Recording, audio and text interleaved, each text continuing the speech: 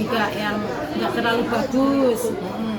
Jobnya juga susah, ngurus orang jompo itu sudah stroke ya, nggak bisa ngomong, stroke, pekerjaannya susah, majikannya tuh tiap hari itu nyanyi, dari pagi sampai malam itu nyanyi lagu India ya, nyanyinya itu saya anggap masuk keluar sini, masuk sini, keluar sini.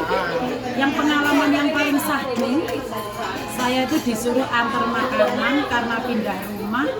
Dari lantai 1 sampai lantai 23 saya naik tangga karena saking ketakutan dimarahin majikan. Jadi saya zaman itu mungkin masih bahasa belum bisa, apa-apa belum sudah bisa. oke. Cuman Enggak karena di awal pertamanya itu.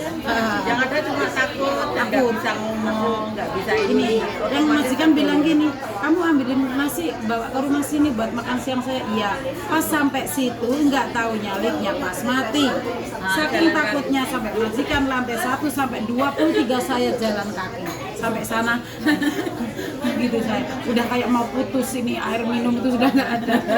Itu saking takutnya sama majikan karena majikannya begini terus pagi siang sore malam. Ibunya yang dirawat juga wes parah sakitnya, tapi ya saya saat itu enggak, itu bertahan 10 bulan karena majikannya itu kebablasan ngomong sama sayanya disuruh kamu pergi sana loh kalau nggak betah ya. Saya langsung angkat baju saat itu.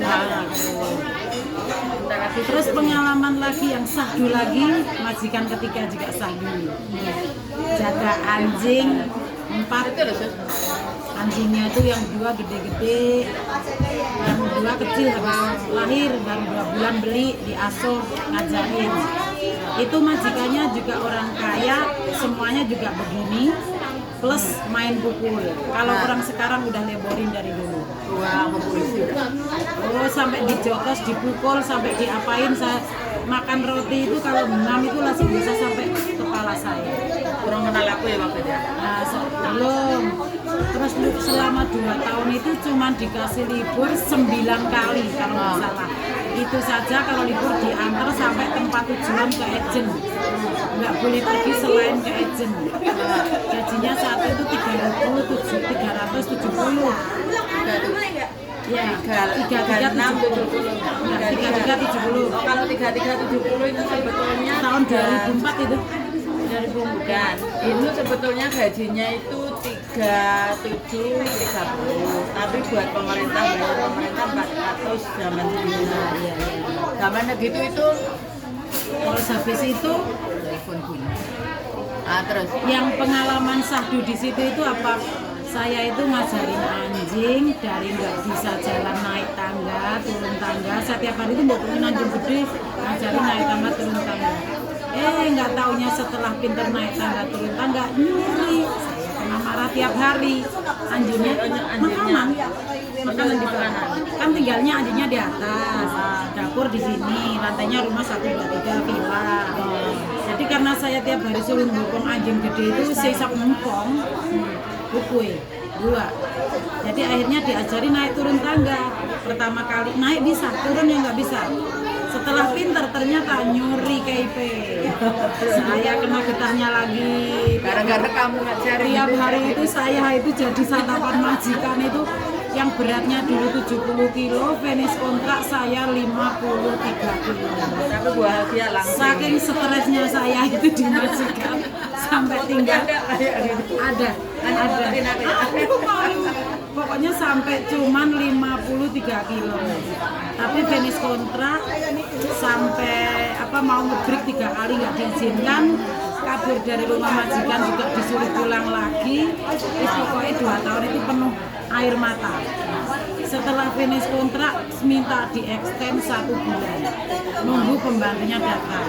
Saya malu-malu saja di-extend. Pembantunya sudah datang ngajarin 2 minggu enggak boleh pergi. Suruh sampai kelas B itu saya bisa habis. Saya kan masih pengen cari majikan. Akhirnya pergi dari majikan itu berantem dulu karena minta bye-bye nggak diizinkan. dijemput ejen nggak boleh, disuruh pergi. Tapi uang nggak dikasih, tiket nggak dikasih, apa-apa nunggu last day-nya itu baru dikasih. Ya. Oh kalau misalkan nggak dikasih saat itu ada waktu jeda 7 hari.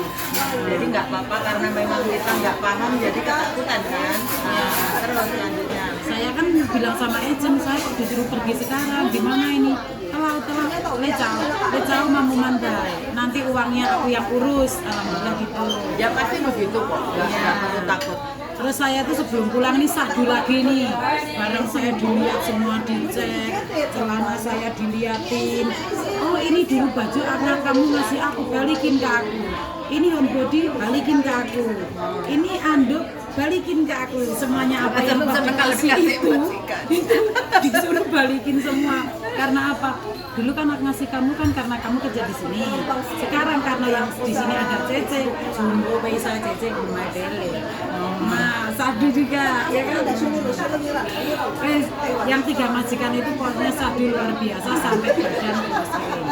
Tapi karena kita harus berdoa, ikhtiar, sabar, ikhlas, cari duit itu memang gak gampang. Demi cita-cita anak supaya kuliah, alhamdulillah terkabul. Majikan yang keempat agak baik dari yang 3 itu. Karena saya berdoa begini, ya Tuhan, ya Allah, kalau saya dikasih kebahagiaan di sini untuk mencari rezeki, berilah saya sedikit kebahagiaan dari itu. Saya majikannya itu pelit nggak apa-apa wis, yang penting baik hati. Dapat betul yang pelit. Nawar pelit nggak apa-apa, sebenarnya baik hati. Jadi Allah ditawar. Jadi saya tuh betul ketemu majikan ya istilahnya ya baik sih, baik. Nggak pernah telat. Ya paling-paling sesekali gini ya mau mate ya mau ya itu aja yang siapa itu masalah. Tapi kok masalah makan obat aja saya beli sendiri, ketahuan makan obat aja dimarahin pagi-pagi jam 6 saya ke 7 beli obat. Makan 1 butir saya ijoli 1 plek. Makan 2 butir tak ijoli 2 plek. Karena obatnya habis. Tapi majikan ya itu saya dibalikin obatnya bilangnya itu saya. Ada omah ijola kok yo agama sesekoti le omah ijola. Itu saya. Nggak apa-apa dibeliin, yang penting dia nggak marah. Ya doamu jalur yang pelit kamu. Iya, dapat baik hati tapi pelit. Terus Habis itu saya itu finish kontrak, majikan udah bilang gini, kamu tak extend 1 bulan boleh nggak? Tapi Dada nggak ngambil kamu lagi karena Dada itu izin bele. Dada itu buat anak sekolah, bantuin ayah ibu yang sakit, bayar rumah, jadi nggak nutut gajinya, udah nggak ngambil kamu. Tak extend 1 bulan ya? Iya, saya mau di extend 1 bulan. Keluar dari situ, baik-baikan. Alhamdulillah bu, saya dikasih samu 500. Rezeki nomplok. mungkin karena obat-obat itu tadi. Itu saya dikasih bonus 500 dolar saat itu ya. $500 saat itu banyak banget, masih berharga duit. Ya. Karena gaji 3.000 lebih mah. Iya, dikasih 500. Terus habis itu saya terakhir itu yang sebelum itu dapat lagi majikan ngeri lagi itu. Interview itu sampai 10 orang itu nggak cocok semua. Kenapa?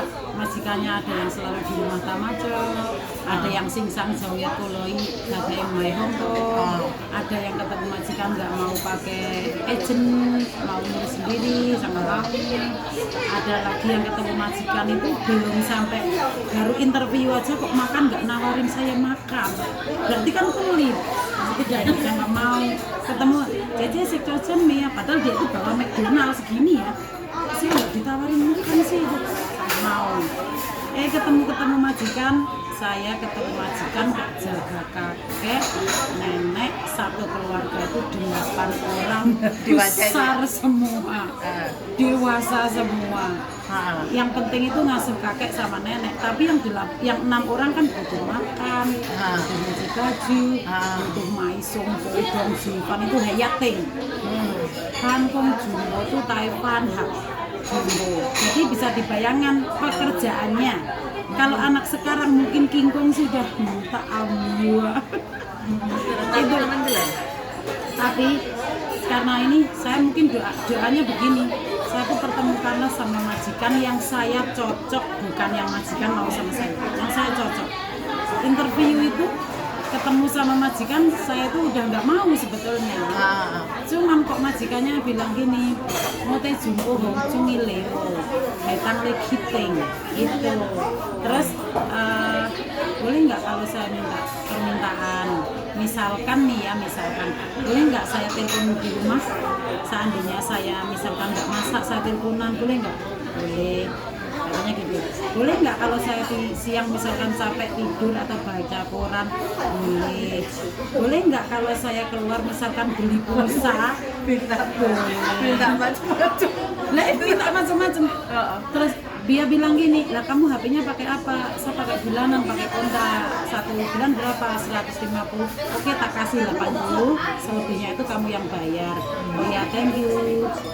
Suce, saya akan bilang itu. Lagi nawar lagi.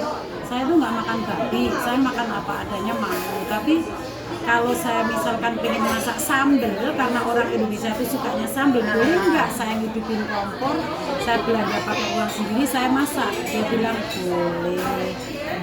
Cuman biasanya kalau di majikan itu pantangannya itu nomor 1 itu nggak boleh pinjam bank. Saya bawa teman ke rumah, itu dirinya nggak boleh. Sebenarnya itu wajar saya. Ya udah notis pokoknya selama kerja jangan pinjam bank, sama jangan sampai bawa teman ke rumah. Alasannya kenapa nggak boleh bawa teman ke rumah? Majikan itu orang pinter ya. Takutnya pas kita di rumah, dia main, rumah kita ada accident, apa masak kompornya apa gitu. Kan tohim kan hai pau heng rumah. Gue kan main kan majikan takutnya accident. Ya gue wah, cái朋友咧保險係老闆佢買噶嘛，你係我哋噶嘛。如果係我哋屋企嗰時 accident 咧意外咧咁點算啊？Jadi majikan nggak kasih masuk ke rumah, tapi ya sepinter-pinternya pembantu ya kadang masuk. Kalau nggak aling saya pengen numpang di kamar mandi boleh nggak? Boleh. Kadang saya gitu sekali. Ya itu alhamdulillah sukses saya 12 tahun. Ya majikan di mana? Majikan ya Jeng Suci itu saya sukses banget. Walaupun Sejak itu kita kenal ya. belum itu kenal sama Mem itu tahun 2011. Saya kenal Mem Nita itu 19 April 2011. Oh, seeleng luar biasa. Saya ingat Masih ingat ya kita. Terus 2011 berarti 11 tahun. berarti masuk saya pindah sini 2011. Sampean Tantri ikut agennya Mem Nita itu kan Desember 2010. Tantri masuk PT masuk ke Hong Kong. Terus dia dimajikan belum 1 bulan nemuin saya. Terus 3 minggu dimajikan kabur Tantrinya. Terus setelah kabur, Ya, saya perkenalan nama Dewi aja keluar ya. nah Perkenalan nama Dewi. perkenalannya, nah saya itu gara-gara Tantri Tantri, tak ya, interview nih Dewi. gara-gara Tantri kepingin masuk kabur itu, saya tanya gini, kamu kerja di sini baru 2 minggu kok mau kabur, tahan dulu, saya kan gitu. Terus akhirnya sini agen kamu mana alamatnya, terus dikasih sama Tantri KNB sama itu. Terus saya ketemu sama Pak Lam, Tantri yang ngomong, saya mau ngomongnya kan pakai bahasa Inggris, mau mengundurkan diri. Terus Pak Lam bilang sama saya, itu saudara kamu dikasih tahu yang namanya kerja itu susah, harus sabar, bertahan. Udah saya kasih tahu, tapi anaknya nekat, kabur. Untungnya sebelum kabur itu, saya pas ketemu Pak Lam itu, saya ninggalin nomor. Kabur betul anaknya. Terus saya setelah itu kenal Pak Lam, terus saya kebetulan setelah Tantri pulang ke Makau, saya itu majikannya Dapat yang majikan dulu, baru. kan dapat majikan baru bisa di Makau. Kebetulan ada majikan saya yang dulu disuruh nyariin pembantu. Saya itu tiwas telepon taunya itu Pak Lam ngeciwis, malah yang jawab tuh Mem Nita. Saya Nita, apa yang bisa saya bantu? Saya kaget. Padahal saya ngomong pakai bahasa Kantonis panjang lebar, jawabannya cuman iya saya Nita. Saya itu kok orang Indonesia kan gitu. Terus nggak taunya saya kan bilang saya nyari Pak Lam karena saya tuh bos saya tuh butuh pembantu, mau coba interview barangkali ada yang cocok gitu.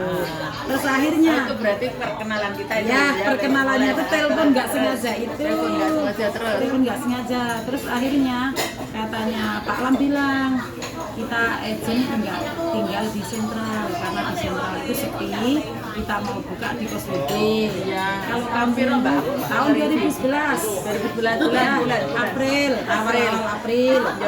Terus Pak Lam bilangnya gini, aku udah lali soalnya aku lagi di keadaan terus habis itu Pak Lam bilang gini, kalau Kos Gede itu kan banyak anak Indonesia, kalau sentral itu Toso itu Haifel kan. Soalnya Modeji itu Holland kan. Kalau Dengawan itu boleh itu yang tuh Dengawan. Nah, jadi Pak Lam ngasih tahu, nah di rumah mana, alamatnya mana, nanti suatu saat saya kalau bawa anak itu saya tahu tempatnya. Nah, kebetulan Pak Lam ngasih alamatnya, Pak Tersenkai. Baru saya ke situ ketemu sama Mem Nita yang pertama kalinya. Situ terus kita udah akrab. Padahal baru ngobrol sudah akrab. Gimana kesan pertama ketemu aku ya? Kesan pertama ya orangnya ramah. Jangan dipipit, yang bener aja. Iya, orangnya ramah. Nah saya itu rumahnya masih kosong, masih barisan Cimhab ya mungkin rumah itu ya. Cuman saya dikasih dingklek kecil kursi suruh duduk sama Mem satu duduk gitu. Terus kita ngobrol. Barang-barangnya mau dipindah, belum Ya, diisi. barang-barangnya belum diisi. Ya itu kesan pertama. Berarti customer pertama nih. Ya. Terus yang tak bawa ke situ pertama kan Atmiati itu dulu. Atmiati kan? Lali setengah ini. Cilacap rumahnya. Ya, luar biasa ingatannya. Terus pokoknya banyak sekali yang satu-satu itu kita bawa ke situ. Terus setelah kita ketemu, Terus setelah ketemu itu yang kedua kali ketemu Mem di kantor sakit mau dibawa Pak ke dokter, sakit perut mau dibawa ke dokter, ketemu yang kedua. Saya sakitnya ibu itu sakitnya pokoknya tingsun perutnya. Waduh sakit banget, langsung pas mau dibawa ke dokter. Tapi kan setelah Mem Nita sakit terus pulang ke Indonesia. oh sakit langsung Iya, berobat di Indonesia. Baru kesini sudah sehat. Itu, tapi yang saya tangkap kan kesan pertamanya ketemunya Mem gara-gara udah telepon panjang lebar A sampai Z nggak taunya saya Nita. Aku malah lali. Iya itu. Ya, terus kebetulan saya akan finish kontrak itu kan bulan Juni. Jadi saya Mei, saya bilang sama bos saya bilang boleh nggak kalau saya pindah agent. Kenapa? Karena di agent yang dulu itu majikan bayarnya 2.500, saya 1.750. Karena kan nggak punya PT harus ngasih PT yang 1.000 itu kan dulu. Terus majikan saya bilang gini, cumi ya pintu mau semua, jika kalau pun salah gitu. Terus dia nanya, majikan sama 2,5, saya 500. Oh, berarti lebih murah gitu. Ya, terus Ada PT sendiri mah. ya, terus saat itu kan majikan nanya aku, lah kenapa kamu pindah agent? Emangnya jam-jam untuk meh gitu. Oh, taika tuh boleh lo pantai fungsi hengsin pak, ya iya lah. Fungsi nih apa tuh ya iya. Heng mau sin pe kuai tu ke mah. Saya lah ini kuai agent lah 4 kawan gue lah. 10% mah waktu itu. Iya, jadi saya langsung pindah ke agentnya Mem Nita, yang agent saya lama dari saya tahun 2000 itu saya tinggal. Saya langsung pindah ke sini, yang agent saya dulu kosan di Mate, Bell House, lantai 9. Yang dulu agent saya itu. Udah pindah sama Mem Nita sampai sekarang. Alhamdulillah. Sampai sekarang. Selama hubungan kita antara awak dhewe iki adakah hal-hal yang nggak nyaman? Nggak jenengan buat jenengan nggak bahagia mungkin apa gitu. Cuman nggak beban. Cuman gini, kalau Mem itu kalau ibaratnya apa ya, kadang kalau kita bertamu ke sana itu harus benar-benar sabar. Misalkan benar-benar saya pengen ketemu Mem, kan laptopnya ini terus, Indonesianya itu interview terus HP-nya berdering terus. Jadi sebetulnya saya tuh mau ketemu mungkin 5 atau 10 menit, tapi saya bisa 1 jam. Itu. Tapi kalau saya sadar, Kesibukan saya akhirnya terbongkar di sini. ya, jadi kadang ada orang begini, tapi cuma ada istimewanya buat saya. Saya itu kalau Mem itu sesibuk apapun, tapi kalau saya telepon itu diangkat.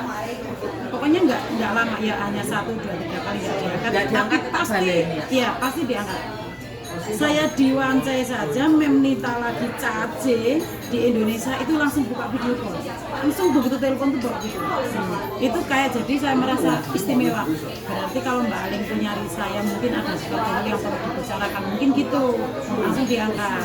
Cuman kalau tatap muka langsung ngantri kepengen nanyain sesuatu itu mau 10 menit bisa 1 jam. Tapi kalau bunyi kene bunyi terus mau nggak mau saya kayak yang di depan saya sambil ngobrol kan pelan-pelan maaf saya itu Nggak saya apa-apa. minta maaf kekurangan saya akuin minta maaf ini kan hari-hari terakhir kita ketemu beban apalagi yang jadi beban. Terus karena gini, kalau yang dulu majikan saya yang terakhir yang kontrak saya yang terakhir ini kan karena majikan saya itu orangnya nggak sabaran.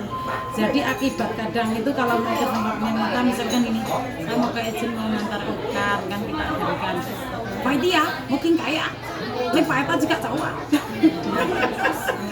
Jadi majikan itu udah tahu kalau saya di agent itu ngobrol itu bisa sampai 1 jam. Jadi dia Pak ya kinto tiga Jawa itu sudah notis dulu ke saya sudah. Makanya sejak pindah majikan ini memang jenengan saknyuk gitu. Ya, karena dia udah notis dulu karena dia tuh pokoknya lo iya mah ibu kinto lepi pala hengat lewat WhatsApp muncul le ayat kocong tuh mepa nih. Harusnya tiga konten ke dulu. Jadi saya memang sejak yang 1 tahun terakhir ini jarang sekali main ke agent sampai lama puas-puas jarang. Karena memang akhir-akhir ini aja iya, tapi apa itu nek kadang ada waktu kita juga iya, ngobrol kita kadang bareng. yang Tapi akeh yang janet terus yang sekalipun kan saya nggak bisa sendiri Mbak Aling, Mbak Ayu. Jadi kalau misalkan yang saya harus bawa anak saya, aku pikiranku gini, aku makan nggak mungkin anakku tak biarin gitu kan. Jadi waktu jam makan kita ketemu gitu, kita ngobrol. Ya anakku ya kayak gitu pergi dulu gitu. Ya emak kan nggak bisa lepas dari situ. Terus tapi kan kita kan kadang sering ayo kepo-kepoan kadang kan gitu ya sesekali tahu rasa sana ceritanya tapi ya ada sih sekali 2 kali ayo gibah. Itu manusiawi. Saya pindah juga ya. Terus saya dari masuk dari Memnita ini banyak sekali teman-teman yang tak bawa ke sini. Contohnya itu Mas Dewo, itu Sukapi, Penny Ayuni, terus Teveni, terus Rizky, banyak lah pokoknya saya Yayu. Apa yang mau take you saya lah. Terus Yayu, Jamiatin itu yang bisa katanya masakannya enak. Yayu. Pokoknya banyak sekali setelah Yayu masuk. itu luar biasa itu. Pinter masak, pinter sembarang karet. Jadi selama di boarding itu wis masak Yayu. Masak wis gak hitung lain-lain Pokoknya banyak sekali teman-teman lama saya tak bawa ke sini, alhamdulillah tetap rayu di sini. Nggak tahu saya tuh enggak teman-temannya enggak ada komplain enggak kalau pelayanannya kita gimana. Enggak, kadang-kadang aku sendiri kan introspeksi diri kalau memang ada yang salah, yo aku minta maaf kesalahanku. Setiap sampean datang itu memang teleponku telu muni kabeh ini terus saya nek telepon gak ono nomornya atau ini pasti tak angkat. Jadi akeh wong iseng ya pagar. tapi saya juga paham karena ada orang tanya passwordnya pintu aja nyari Memnita. Itu saya pernah lihat sendiri. Mbak, aku di teleponku pernah dong. Sikunya minta ampun. Dulu pernah punya pengalaman Mem pulang Indonesia, saya dipasrahin HP-nya Mem, suruh saya angkat. Itu yang telepon ya, yang majikan, yang nyeritain pembantunya, yang CC-nya, yang tanya ABC itu saya catat di buku. Zaman baru itu pulang kenapa sama ya? WhatsApp belum kok nanya. belum, itu masih Belum ada awal-awal WhatsApp. saya kenal jenengan itu, terus jenengan pulang Indonesia karena mungkin dilihatnya Mem tuh saya bisa ngomong. Jadi mungkin kalau majikan yang telepon saya bisa kaisik gitu ya. Jadi dipasrahin Ngomong wis Memnita pulang gitu aja wis. ya, tapi kan ada yang tanya macam-macam, tetap saya pakai buku, saya agendakan pertanyaan-pertanyaan mereka gitu. Dari suiku malah. Terus passwordnya Pira nanya sekarang nggak ada password langsung. Nah, kalau dulu tuh heran, mau masuk pintu agent aja nanya, passwordnya berapa Bu? Gitu. Saya juga iya. Terus kadang anak-anak itu nanya hal yang kecil yang nggak seharusnya ke Memnita itu juga ditanya. Yang pokoknya Makanya sekarang aku bikin YouTube pertanyaan-pertanyaan umum itu Sudah tak dijawab. sampaikan di YouTube gitu loh. Jadi misalnya ada orang tanya, anunya lewat. Cuman memang yang untuk akhir-akhir ini saya memang sama Mem Nita itu nggak terlalu dekat karena ya ada nggak cuma sama Mem aja, sama dulu teman kita gitu ya. Karena sibuk. Karena itu bos saya yang sekarang ini agak gimcimti, jadinya Terus ketemu harus- ya. Tapi alhamdulillah yang saya kesan saya selama kerja di Endo ini, saya bukannya sombong sih, yang penting saya tuh nggak kejerumus utang di sini. Pelan-pelan saya nabung, sabar. Kalau rezeki yang bukan hak kita itu sudah pergi, sudah saya ikhlaskan. Yang penting itu walaupun sedikit saya itu baru. Karena apa? Buktinya saya itu benar-benar nabung, saya ikhlas rumah saya itu saya lepas, saya nabung 5 tahun itu saya bisa beli rumah walaupun kecil. Yang penting itu saya prinsipnya apa? Rumahku adalah istanaku. Karena di situ saya tinggal nyaman, saya bisa nanti di Indonesia saya beribadah, saya bisa kumpul keluarga, itu suatu kebahagiaan di sisa-sisa usia yang kalau orang Indonesia itu sudah 50 ke atas tuh ya udah mulai harus Waktunya pensiunan, waktunya ya. ibadah. Tapi kalau di sini kan masih muda, jadi Orang 50 di sini masih apa aja muda, masih iya. bisa. Tapi kalau saya itu mungkin memang sudah ada notis dari Allah itu, tapi sudah ada kekurangan kerja mungkin dan kayak gini. Kalau badan insya Allah saya sehat, badannya sehat, cuman fisiknya udah nggak terlalu sehat. Jadi saya tetap saya syukuri saya pulang dengan rasa gembira, tidak punya beban dengan orang lain. Yang jelas tidak punya hutang dengan siapapun di sini. Alhamdulillah. Nanti jangan lupa aku di WA alamat lengkapnya. Insya Allah cita-cita saya terbesar itu ketika pandemi ini usai, aku mau keliling dari satu ke satu teman, dari satu ke satu teman yang lain di seluruh Indonesia. Cita-cita aku waktu itu begitu, sekalian jalan-jalan, sekalian silaturahmi. Iya. Nanti jangan lupa terus minta maaf kalau ada orang berkenan. Ini terakhir kita ketemu, besok wis terbang. Kayak selalu sekeluarga. Ya amin. Terima kasih. Pesan-pesannya apa buat teman-teman yang mungkin masih nunggu di Indonesia, masih mau proses? Kalau yang nunggu di Indonesia itu sekarang yang nomor satu harus sabar. Karena apa? Majikan itu untuk mengambil yang di Indonesia kan jelas waktunya lebih lama. Terus juga biaya yang dikeluarkan majikan juga lebih banyak. Tadi timbangannya tekon tak kayak Ya, gitu, takon terus biasanya tapi kita juga percaya sama Allah kalau memang itu rezeki pasti akan cepet atau lambat itu dari kita itu punya hoki sendiri-sendiri. Kalau hoki kita bagus kemungkinan cepet kesini. Tapi kalau hokinya kita agak lama ya mungkin kita suruh untuk sabar lagi. Terus yang sebetulnya itu kalau misalkan apa ya kita selagi memang masih mau kerja kalau bisa ya jangan pulang dulu karena pandemi ini kan susah untuk balik ke sini. Terus kalau untuk anak-anak yang masih di sini semoga itu kalian itu juga apa ya sehat, amin, lancarkan semua urusannya di sini dengan majikan, rezekinya mudah-mudahan selalu barokah untuk keluarga, walaupun sedikit barokah daripada banyak tidak barokah. Gitu. Terus semoga keluarga yang di Indonesia juga yang ditinggalkan itu baik-baik saja. Amin. Karena apa? Dari pengalaman TKW di sini itu, misalkan 10 keluarga, rata-rata itu suaminya itu sudah pisah dengan kita di sini itu paling yang utuh itu 2.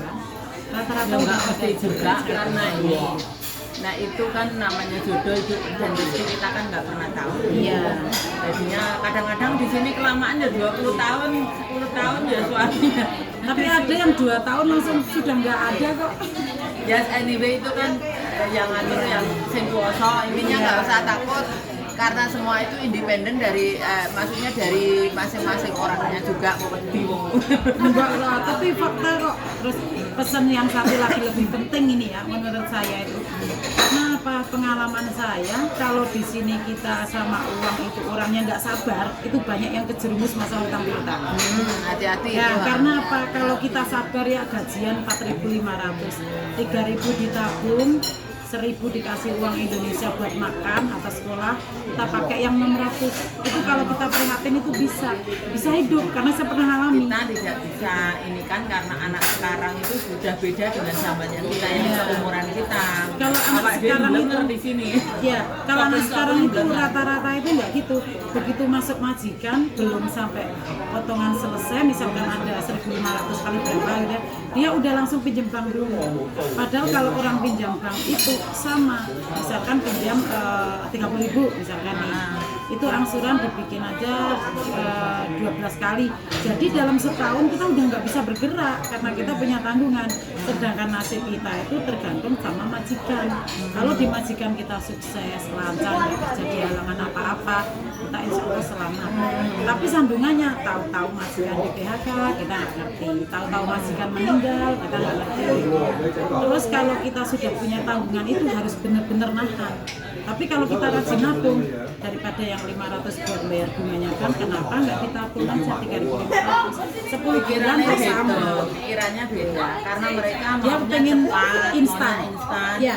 maunya Anak ini sekarang terus. pengen instan. Anak sekarang itu mungkin pikirannya lebih cepat daripada kita. Ya. Terus kadang-kadang kesempatan itu nggak datang kedua kali. Misalkan ada Ya. orang jual tanah, Ya. terus ditawarin dia gitu kan, nafsu Ya, gitu, ya, jadi ya. gimana caranya Jadi langsung gitu. siapa yang utang dulu buat beli tanah. Tapi kan kita harus ingat, nyawa kita di sini itu tergantung sama majikan. Visa kita tuh visa gantung, tahu-tahu majikan marah, kita diusir, udah kita nggak ada kesempatan di sini. Ya gitu ya teman-teman.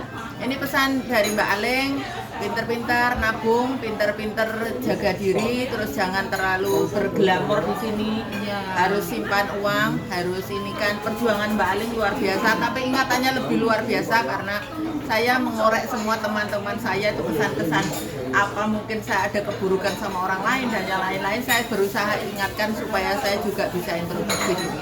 Masih ada lagi Mbak Aleng? Ya, saya juga mengucapkan terima kasih atas semua kemurahan kebaikan Mem. Terima kasih sama-sama yang membantu saya untuk sekian tahun ini. Amin. Kalau saya juga minta apa ada kekurangan, kesalahan sengaja tidak sengaja, saya juga minta maaf sama Mem. Bis kosong-kosong ya. Ya, gitu. Kita manusia pasti tidak luput dari salah. Amin. Sehat selalu. Ya, ampun. Terima kasih atas. Oke, terima kasih sami-sami. Terima kasih teman-teman. Ini pesan-pesan dari Mbak Aleng bisa jadi inspirasi buat kita, terutama yang baru dari Indonesia. Nggak gampang di awal-awalnya itu, sedih ya, penuh air mata, tapi akhirnya dia bahagia di endingnya dan sekarang pensiun pulang Indonesia, nggak balik ke sini lagi. Ini hari terakhir saya dari kemarin tanya, masih kesini lagi kan? Nanti masih kesini kan? Masih ini karena saya mikirin apa yang bisa saya komunikasikan sama dia. Insya Allah nanti tak sambangi di